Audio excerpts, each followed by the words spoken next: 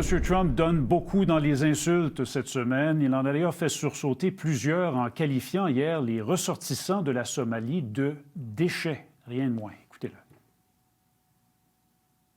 We're going to go the wrong way if we keep taking in garbage into our country. When they come from hell and they complain and do nothing but bitch, we don't want them in our country. Let them go back to where they came from and fix it. Thank you very much, everybody. À entendre les applaudissements, plusieurs membres du cabinet de M. Trump sont d'accord avec ces propos-là, que plusieurs qualifient de discours xénophobes d'ailleurs.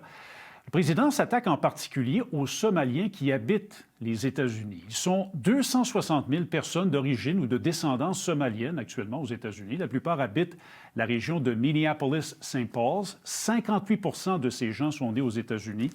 Et 87 de ceux nés en Somalie sont aujourd'hui des citoyens américains, ce qui fait que M. Trump ne peut pas les expulser du pays. Maintenant, d'où proviennent ces attaques virulentes du président envers les Somaliens aux États-Unis?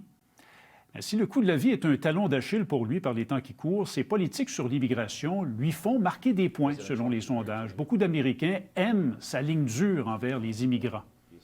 Ajoutez à ça ce qui circule sur la communauté somalienne au Minnesota. Il y a un média conservateur qui a récemment affirmé que des fraudeurs ont détourné de l'argent de certains programmes gouvernementaux au Minnesota vers Al-Shabaab, un groupe affilié à Al-Qaïda qui contrôle des parties rurales en Somalie.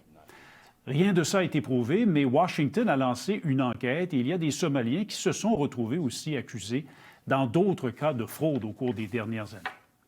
Deuxièmement, une des membres les plus en vue de la communauté somalienne au Minnesota est Ilhan Omar, une élue démocrate de la Chambre des représentants. Elle est née en Somalie, sa famille a fui le pays durant la guerre civile quand elle avait 25 ans. Mme Omar est en plus très critique de Donald Trump. Écoutez ce que le président a dit aujourd'hui même sur elle et les Somaliens du Minnesota. These Somalians have taken billions of dollars out of our country. They've taken billions and billions of dollars. They have a representative, Ilhan Omar, who they say married her brother. It's a fraud. She tries to deny it now, but you can't really deny it because, you know, it just happened. She shouldn't be allowed to be a congresswoman, and I'm sure people are looking at that. And she should be thrown the hell out of our country. And most of those people, they have destroyed Minnesota. Le maire de Minneapolis et le gouverneur du Minnesota sont en plus, eux aussi, des démocrates. Et ils ont tous deux pris la défense de la communauté somalienne au cours des dernières heures. M. Trump, on peut penser, se sert donc de cet enjeu-là pour démoniser des immigrants et le parti adverse. En plus, le gouverneur du Minnesota est nul autre que Tim Walz, celui qui était le colistier de Kamala Harris l'an dernier durant l'élection présidentielle. Quant à la représentante Ilhan Omar, voici comment elle a réagi cet après-midi à Washington aux attaques de Donald Trump à son endroit.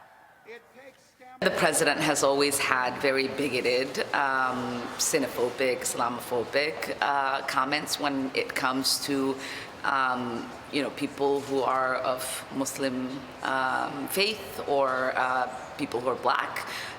We've seen him call African nations as shitholes, and so it's not really surprising. But what is weird to me is just how creepy he's been obsessed with me and the Somali community. Et en passant, pour ce qui est des propos de Donald Trump au sujet du frère d'Ilhan Omar que Mme Omar aurait épousé, ça fait des années qu'il répète ça sur les réseaux sociaux, dans des discours également.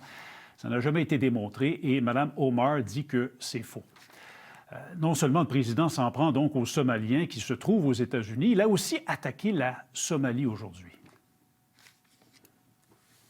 So Somalia is considered by many to be the worst country on earth. I don't know. I haven't been there. I won't be there anytime soon. I hope. C'est loin d'être la première fois que M. Trump insulte des pays pauvres. Il s'est servi de ce genre de rhétorique à maintes reprises depuis le début de sa carrière politique. Il avait qualifié Haïti et des nations africaines de pays de merde quand il s'était fait demander il y a quelques années s'il était prêt à accueillir des immigrants de ces endroits.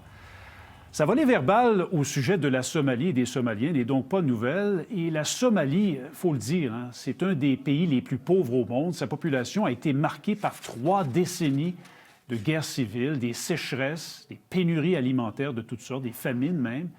L'ONU estime qu'1,7 million d'enfants de moins de 5 ans souffrent de malnutrition aiguë en Somalie. Questionné au sujet des propos du président Trump aujourd'hui, le premier ministre de la Somalie a dit que parfois, c'est mieux de ne pas répondre.